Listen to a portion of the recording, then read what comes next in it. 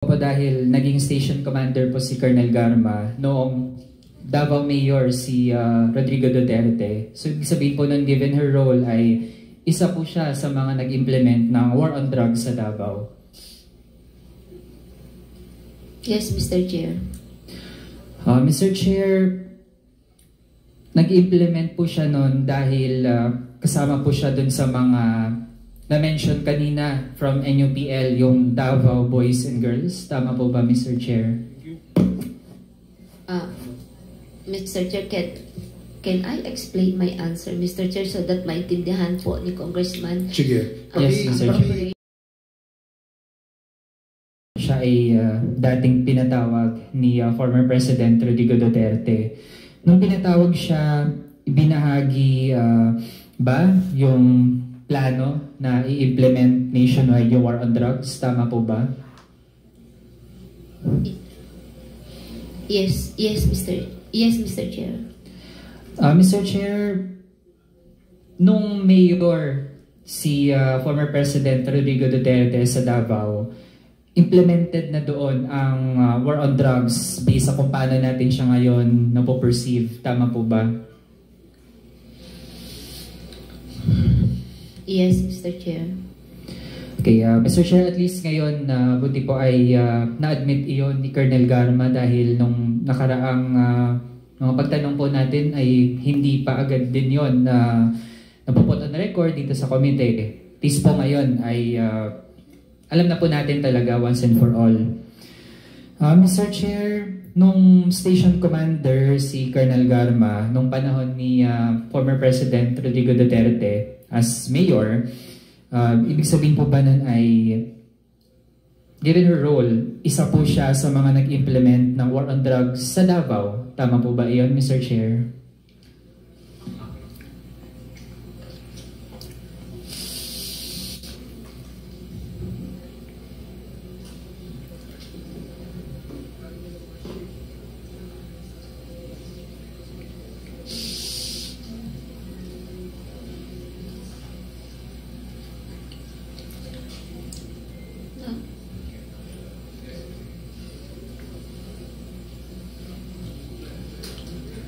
Paki-clarify mo lang yung question. Yeah, Mr. Chair, ang tanong ko po dahil naging station commander po si Colonel Garma noong Davao Mayor si Rodrigo Duterte. So ibig sabihin po nun, given her role ay isa po siya sa mga nag-implement ng war on drugs sa Davao.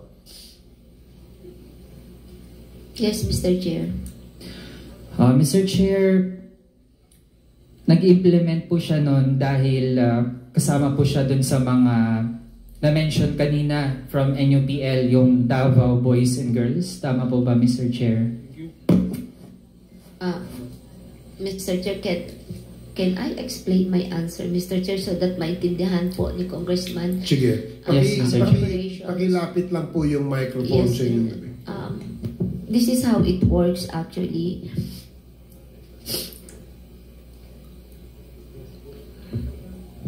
Pag mag-conduct po ng police operation, kasi po ang police, if the operation po is successful and you file the case in court,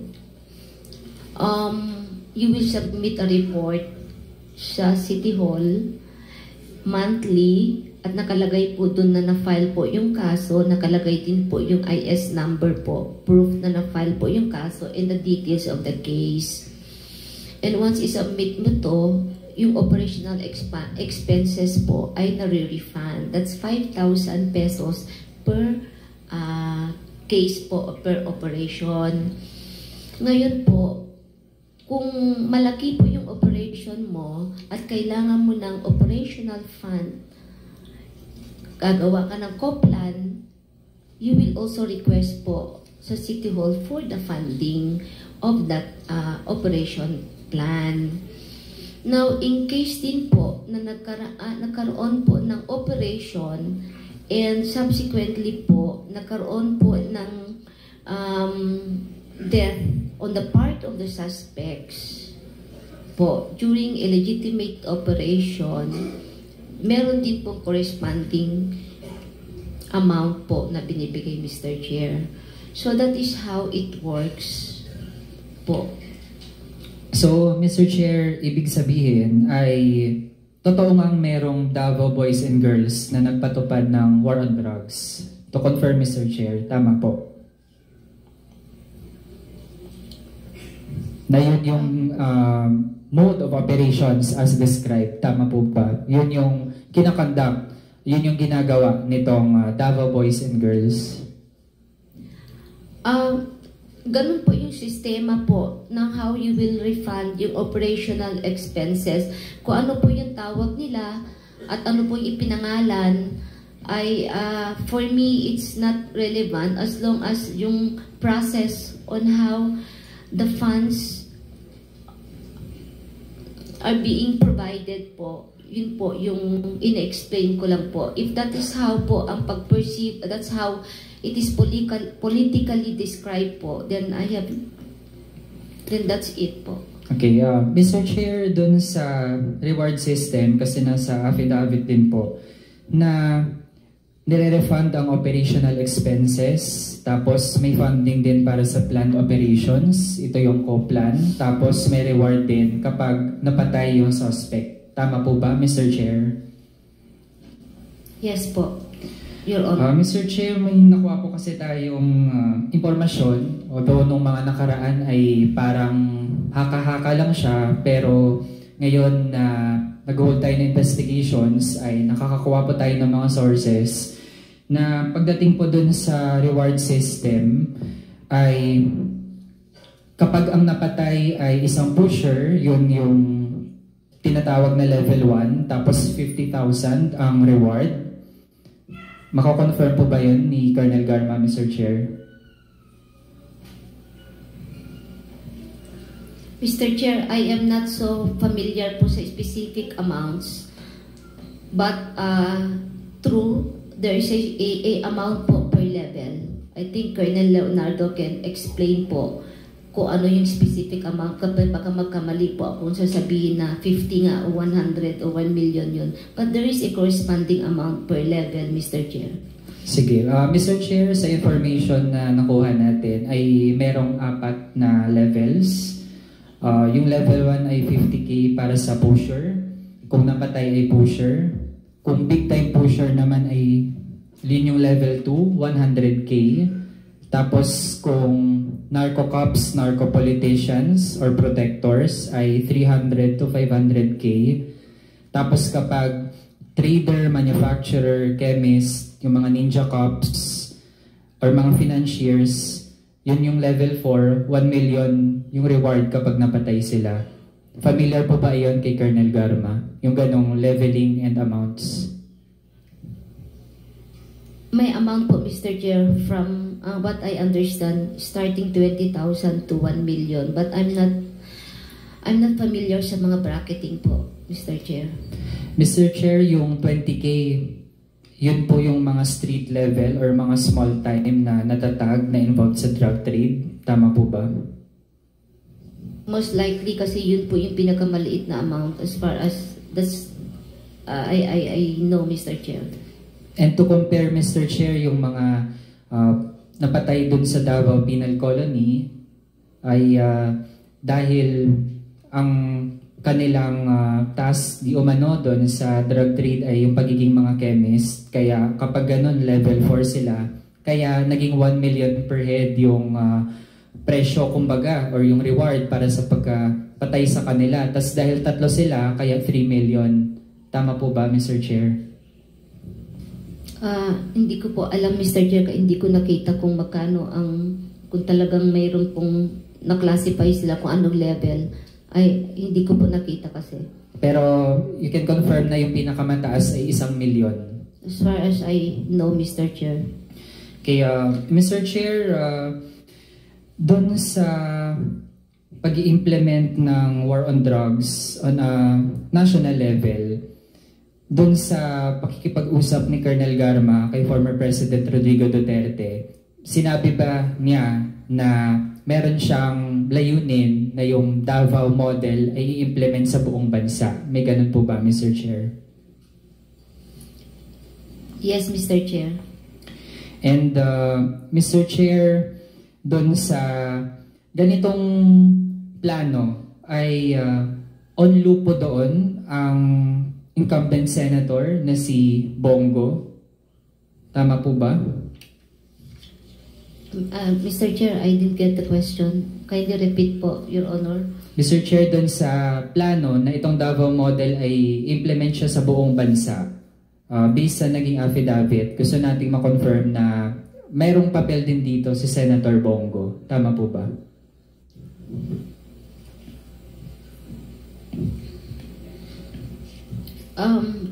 Sa aking understanding, it would appear, Mr. Chair, kasi po siya ang minimit ni Sir Leonardo. Mr. Chair, kapag may napatay na suspect doon sa drug trade, kanino unang nire-report yung mga instances na merong napatay?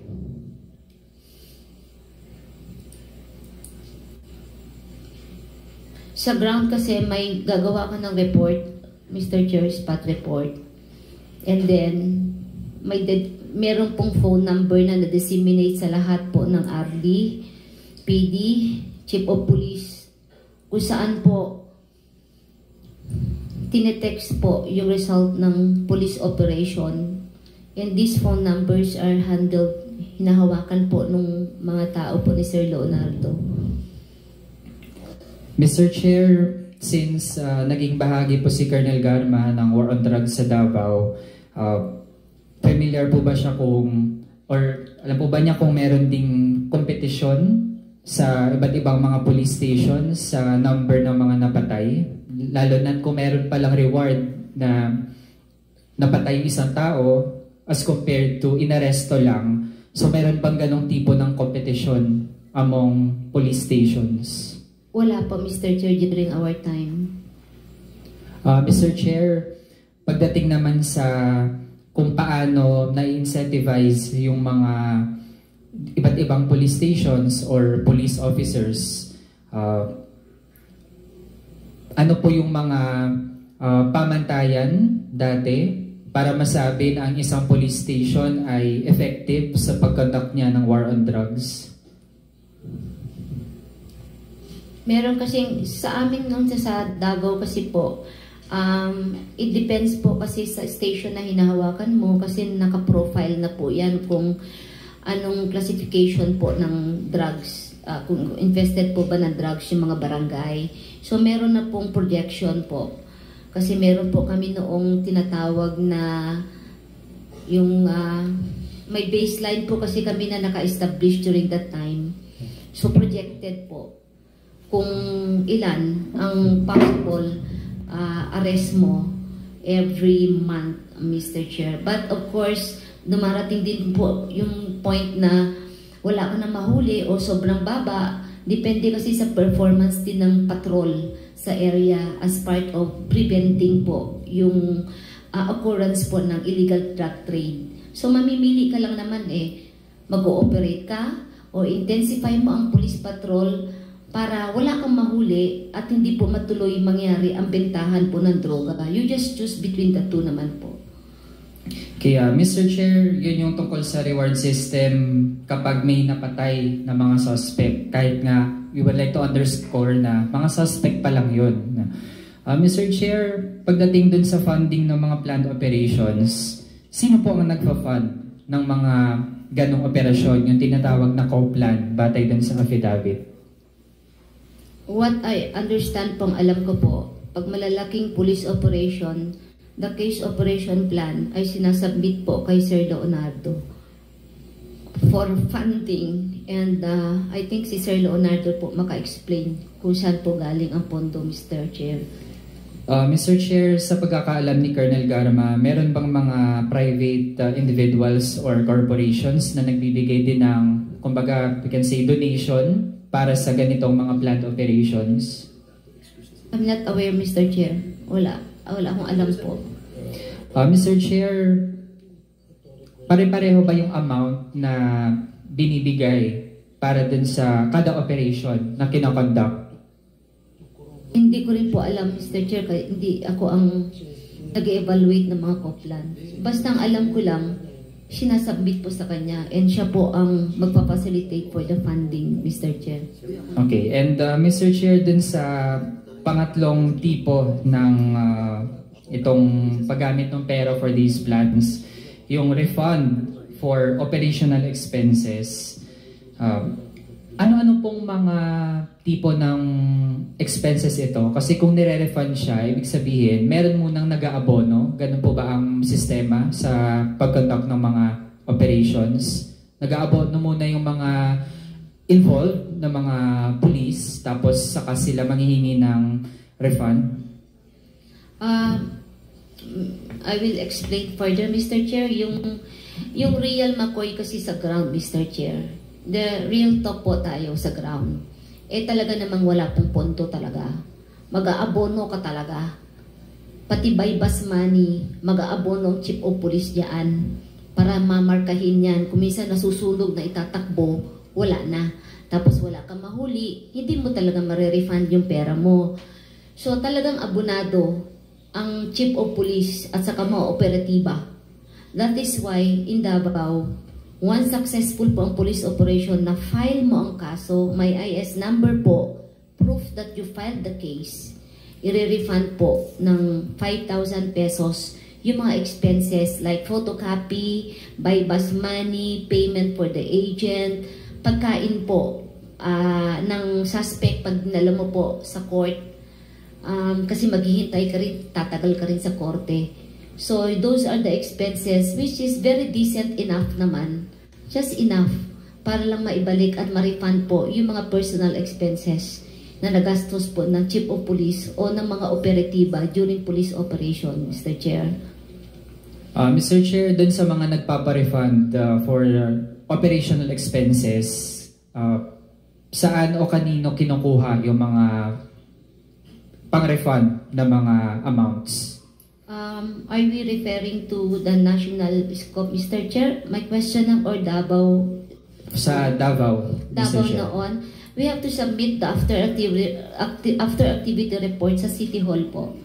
And then may pipirmahan kang voucher na ma-refund yung lahat ng expenses. How about nung naging national na or nationwide na yung scale ng implementation ng war on drugs? Kanino din kinukuha yung refund? Lahat po ay kay Colonel Leonardo, Mr. Chair. Okay, so far Mr. Chair, mas yun muna yung aking mga tanong. Pero so far, based sa mga narinig natin hanggang ngayon, Mr. Chair, ina-absorb ko pa rin talaga dahil hindi usual na marinig natin na merong nagko-confirm na meron talagang reward system, yung mga amounts, ranging from yung small time pala na mga kahit inosente, 20K yung presyo para sa kanila, tapos yung mga big time, kumbaga, tig 1 milyon bawat ulo. And from Davao ay naging massive ito hanggang sa buong bansa. Kaya naman pala ganado yung mga sangkot na mga pulis na kapag neutralization talaga ang layunin ay pumatay dahil pala ganun kalaki yung reward na kanila makukuha, Mr. Chair. So yun muna sa ngayon. Maraming salamat. Okay, salamat Congressman Manuel. Yes, Deputy Speaker Suarez. Just a little bit of clarification to the points raised by Congressman Manuel. Colonel Garma, you mentioned earlier na dati po kayong Chief of Police ng Cebu. Tama po yun? Yes, Your Honor. Yeah. Can you speak louder? Yes, Your Honor, Mr. Chair. At kanina po nung ginaganap po yung hearing dito, nagdadatingan po yung mga biktima under your watch, and a lot of these victims actually flew in from Cebu. Earlier today, with the interpellation of Congressman Manuel, you confirmed that there was a reward system with regards to the implementation of the drug war. Can you further explain how this reward system was implemented while you were the head cop of the city of Cebu? Mr. Chair, during my stint as the City Director of Cebu po, yung mga station commanders ay directly reporting to R2. So, pagka may mga incident po, kasi po, widespread yung phone number naman eh. Lahat po ng chief of police dyan, mag-confirm, mayroon silang number kung saan sila magte-text. So, ulit lang po. Sorry, hindi ko widespread po yung number kung saan po sila magte-text. During my time po, wala po nagte-text sa akin para ibato ko kay Sir Leonardo para bayaran. Hindi po ganun ang setup sa Cebu. The chief of police would directly report sa R2 po. Alam niyo po, Mr. Chair, during the drug war, sometimes po may mga nababypass din ng mga commanders. Kasi po, ang control is either direct control ng RD or direct control ng R2 or ng mga special units o task force. And sometimes, hindi naman yung territorial police po ang may project nun. Tumatawid po. Yes, thank you for sharing that, Colonel Garma. But I think it's a little bit hard for me to accept that statement because you're the chief of police of Cebu. Cebu being a highly urbanized city, usually yung mga regional directors will actually respect, and I'm sure some of the police officers would confirm this. With regards to how you supervise, manage the affairs of the PNP in that area. So, again, just to... Can I explain, Mr. Chair? Yes, okay, please. As far as my role po doon, sir, I make sure lang po na ma-investigate in case na may mga ganong incident. Napaprocess ang crime scene, and then kung ayaw po ng biktima na kami mag-investiga, ay inaalaw po namin yung NBI to take cognizance. Ganun po yung setup. As to yung pong kung may mga incident like namatay, I never, hindi ako hanggang spot report lang po nakakarating. So, sige. Dagdag lang doon sa tanong with the indulgence of Congressman Suarez. Paano, sino nagde-determine kung sino magiging provincial director, chief of police, at saka yung mga community precinct commanders? Sino nagde-determine nun? Dito, in the context of the drug war, halimbawa, example natin, si Colonel Patay. Colonel Patay, you were previously assigned sa Davao, tama? Davao del Norte po, Your Honor. Davao del Norte. Mr. Chair. And then, sinong nag-order na ilipat si Colonel Patay dito sa Quezon City? Would you know kung sino yan? Is that part of the system na merong isa na naglilista? Dito ilalagay si Colonel Patay, dito ilalagay si... Mr. Chair, kasi nagiging culture po kasi ng PNP po na pag ang RD ay malipat o ang PD, may dinadala pong opisyal. Okay? So, yung iba, pag dala mo yung opisyal, pwede mong ilagay kung saang pwesto na qualified naman po silang ilagay. Pero, during that time po, meron din pong sitwasyon na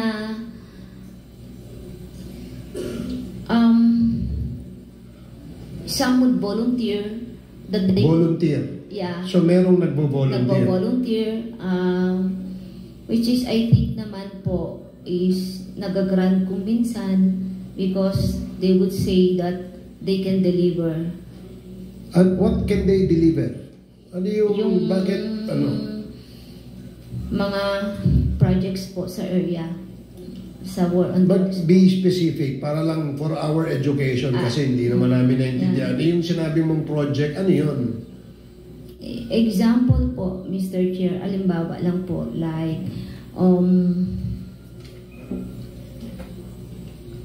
mag-regional chief ka, halimbawa po, ng isang unit sa IDG. In the case po of Sir Marcos po. Si Colonel Marcos? Yeah.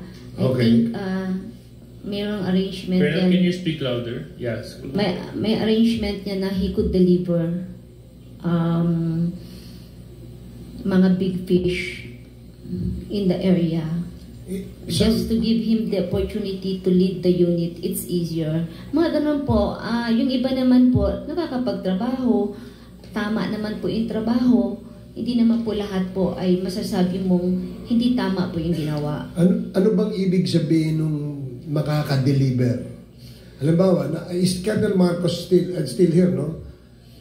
So, anong ibig sabihin nung makaka-deliver? It's a lingo po sa PNP during that time na if you use the word deliver, ay mahuhuli mo yung malaking big fish. Mahuhuli? Yeah, level 1, level 2, at sigurado po, patay po. In the case of Colonel Marcos, siya ba'y nag-volunteer? Ang pagkakaalam ko po. Siya nag-volunteer. O, sige. Yes, sir. Mamaya Pagkakaalam ko lang po. tatanungin natin siya. So, in order for us to understand fully kung ano yung konteksto nung sinasabing drug war, in the previous hearing, Chairman Acop has tasked the Director General of the BITEA, no, to help us understand ano ba itong drug list, ano ba itong narco list. And in that request by Congressman Acop, we put that into motion where during that time, it was unanimously approved by the committee. So, may we ask now the PIDEA kung meron ba kayong pwedeng i-submit, ipakitang report dito sa committee ito? Yes, Your Honor. We will show to you how the drug list came about, and this is very crucial in relation to the story of Ms. Garma. So, in other words, DG, masusuportahan nyo yung sinasabi ni Colonel Garma? As far as the making of the drug list, sir, is concerned. Okay, will you submit to us, or are you going to make a presentation? We will give you a copy, sir, but again, we ask for your indulgence. Please find time to look at it, because we assure you that after we finish the presentation, you will understand how this list came about. And sige, please. I would like to request our Director for Intelligence, Director Bitong, sir, to brief. Okay. So, with the indulgence of the members of the committee, we will allow the PIDEA to make this presentation or this report before the Quadcom. Please proceed.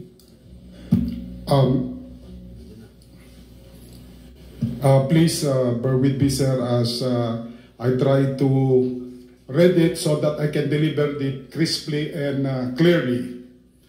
This is based, we try to be very faithful to the data that were made available to us. Next. So actually, sir, what I'm showing is the history of the PRRD's list. In several occasions, the former president showed lists and mentioned drug personalities in his public appearances. On August 7, 2016, he mentioned Mayor Mabilog along with 159 others. Next. In December 2016, the first president drug list, or popularly known as PRRD list or narco list, was obtained. On September 28, 2017, the second list was obtained. This was merged with the first list. The total personalities combined were now at 6,191. On October 19, 2017, during the technical working group meeting, the TWG included in the list the personalities mentioned by PRRD on August 7, 2016. Thus, the total 6,221. 30 out of 159 new personalities were added. The others also mentioned were already in the list. In March 2018, the third list with 6,623 was received. The first, second, and third list was combined, removing redundancies, resulting to a total of 6,562 personalities. During this period, series of intelligence workshops, the crafting of policies and guidelines, and remedied subcommittee meetings were conducted.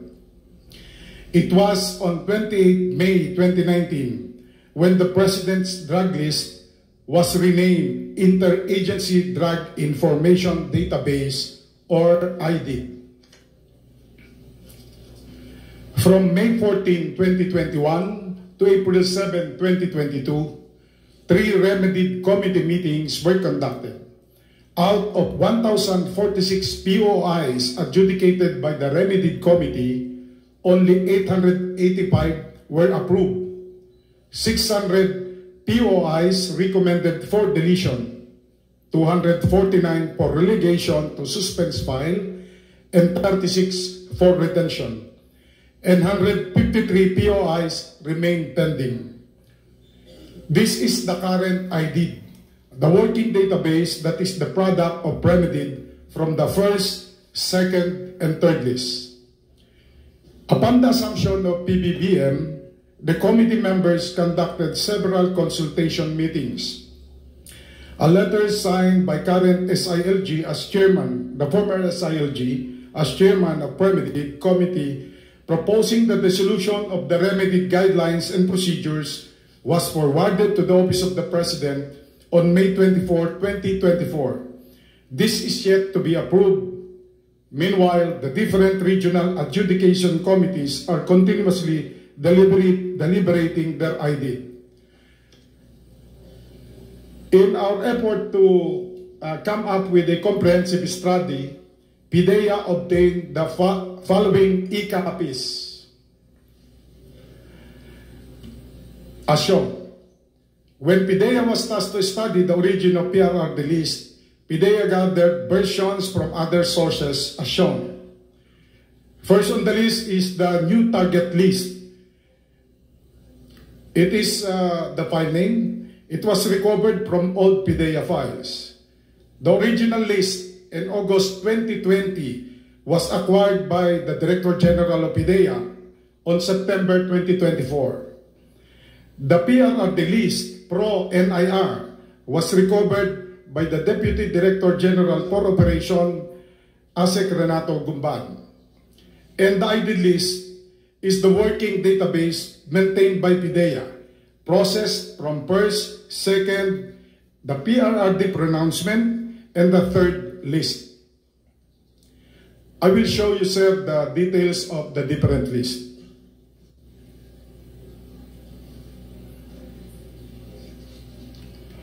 Going to the details, shown are the properties and contents of the different lists. Comparing the 5 Excel e-copies, we come up with the following results. New target list and original list are the same with 3,981 names. The August 2020 and PRRD list Pro-NIR have minor differences. File name PRRD list Pro-NIR has only 31 worksheets compared to August 2020 with 32 because it contains worksheet NIR.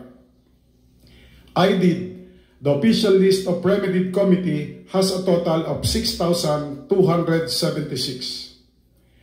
Let me just note that Attorney Wesley Barayuga, the PCS official killed on July 30, 2020, was included in August 2020 and PRRD list Pro-NIR, but never in ID. Going deeper, sir,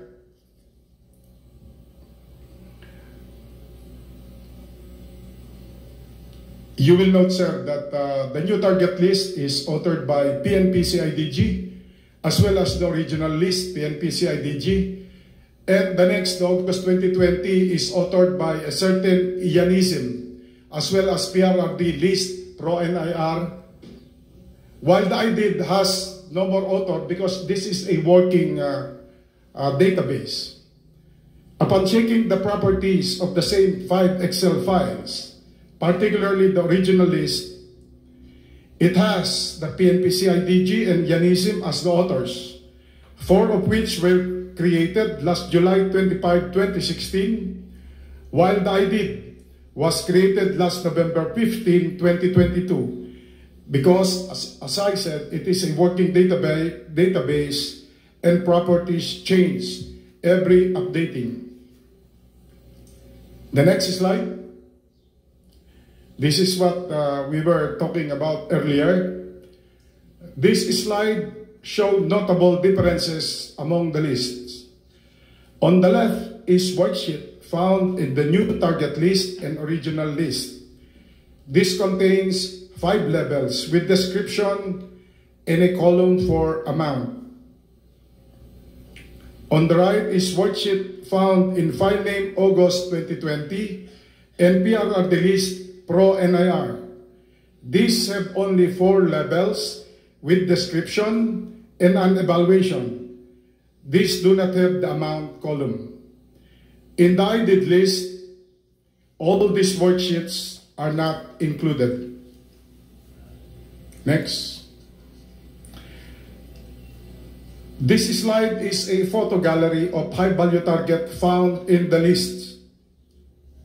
On the left, the new target list, original list, and IDID list contain fewer photos than the one on the right with file name August 2020 and PRRD list Pro NIR. On the next slide, shows a photo gallery of alleged Binondo personalities found on the list. Just like the previous slide, the new target list, original list, and IDID list on the left contain fewer photos than the one on the right with file name August 2020 and PRRD list Pro NIR. In both lists, Dapicol personalities Jackson Lee and Wong Meng Pin are included. Our findings.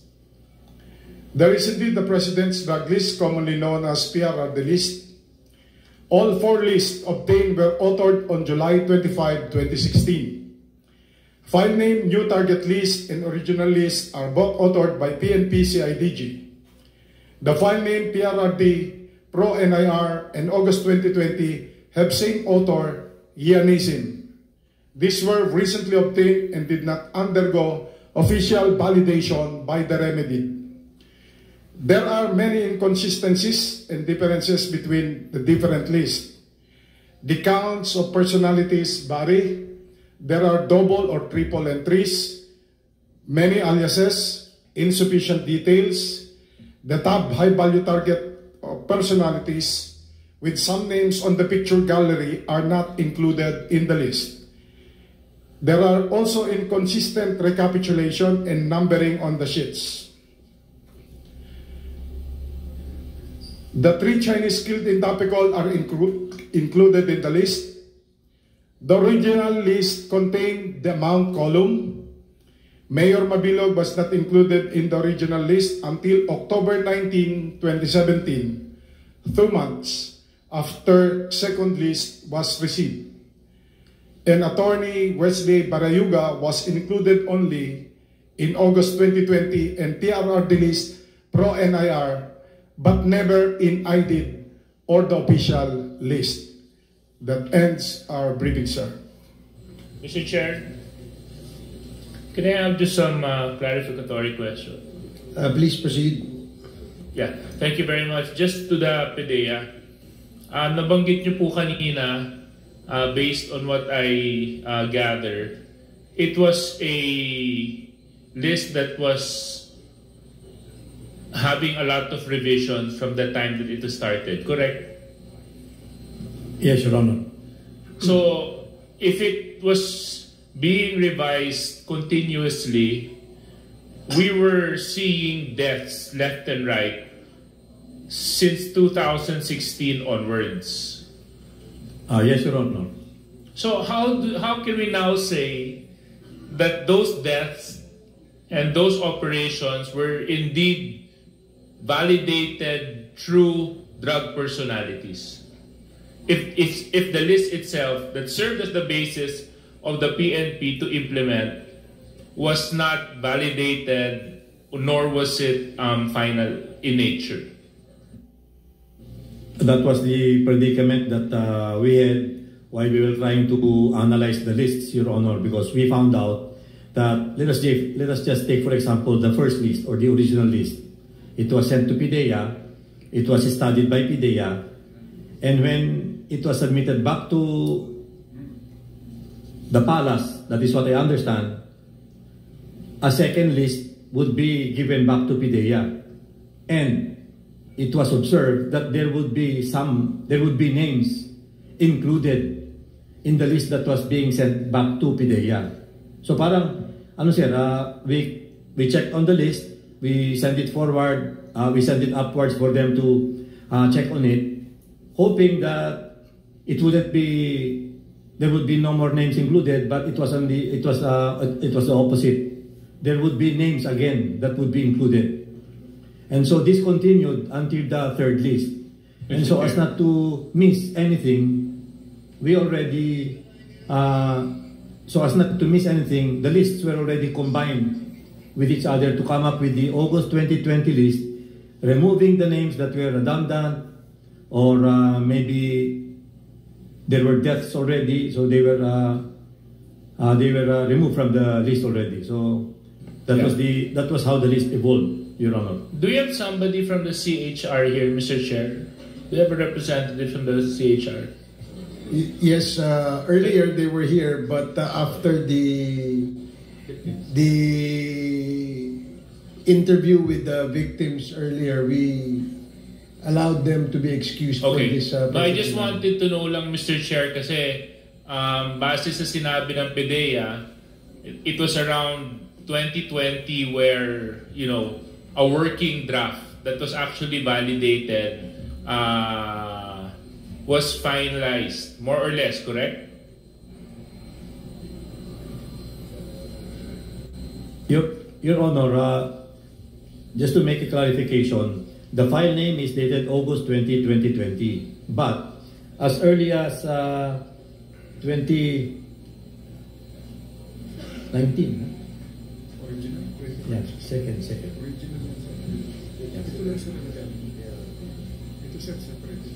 Yeah. The file name is only August 20, 2020, Your Honor, but as early as 2019, because after the NSC, General Bitong will explain, Your Honor. Yes, sir. Actually, starting January 4 of 2016, sir, it already undergo a TWG deliberation. There is no remedy yet. It has not yet been approved. January 2016? No, sir. It's January 2017. Oh, yun. January 4, 2017. So meaning, it was on July 1 that the former president assumed office. So it was not until the following year of the first month, January 2017, that this list was, how do you say it, processed, correct? Sir, may I... actually, sir, starting July 4 of 2016, 5 days after the assumption, the president started showing already and showing in public the president's list. So what was the basis of that list? We only got the official list on January 4 of 2017. The first list. Colonel Patay, di ba tanong ko lang, di ba sabi nyo kanina na-assign kayo sa Davao Del Norte po, Mr. Tapos, pagkatapos ng assignment nyo doon, anong taon yon? Until 2016 July, Mr. Chair. Ha? Until 2016 July. Can you speak louder? 2016 2016 July, Mr. Chair. 2016 July. Tapos in 2016 July, saan po kayo nailipat?